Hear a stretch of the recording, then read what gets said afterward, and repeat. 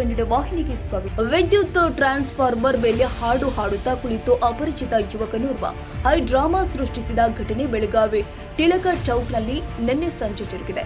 ಯುವಕನ ಹುಚ್ಚಾಟದಿಂದ ಸ್ಥಳೀಯರು ಬೆಚ್ಚಿ ಬಿದ್ದಿದ್ದಾರೆ. ಅಲ್ಲದೆ ಎಷ್ಟೇ ಕೇಳಿಕೊಂಡು ಆತ ಕೆಳಗೆ ಇಳಿಯಲೇ ಇಲ್ಲ. ಆತ ಹಾಡು ಹಾಡುತ್ತಾ ಕುಳಿತುಕೊಂಡಿದ್ದ.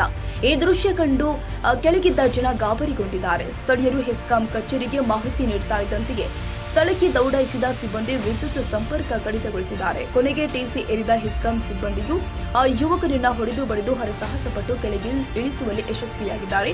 ಆ ಯುವಕ ಯಾರು, ಯಾಕೆ ಕುಳಿತಿದ್ದ ಎಂಬ ಕುರಿತು ಮಾಹಿತಿ ಲಭ್ಯವಾಗಿಲ್ಲ. ಕಡೆ ಬಜಾರ್ ಪೊಲೀಸ್ ಠಾಣಾ ವ್ಯಾಪ್ತಿಯಲ್ಲಿ ಘಟನೆ ಸಂಭವಿಸಿದೆ.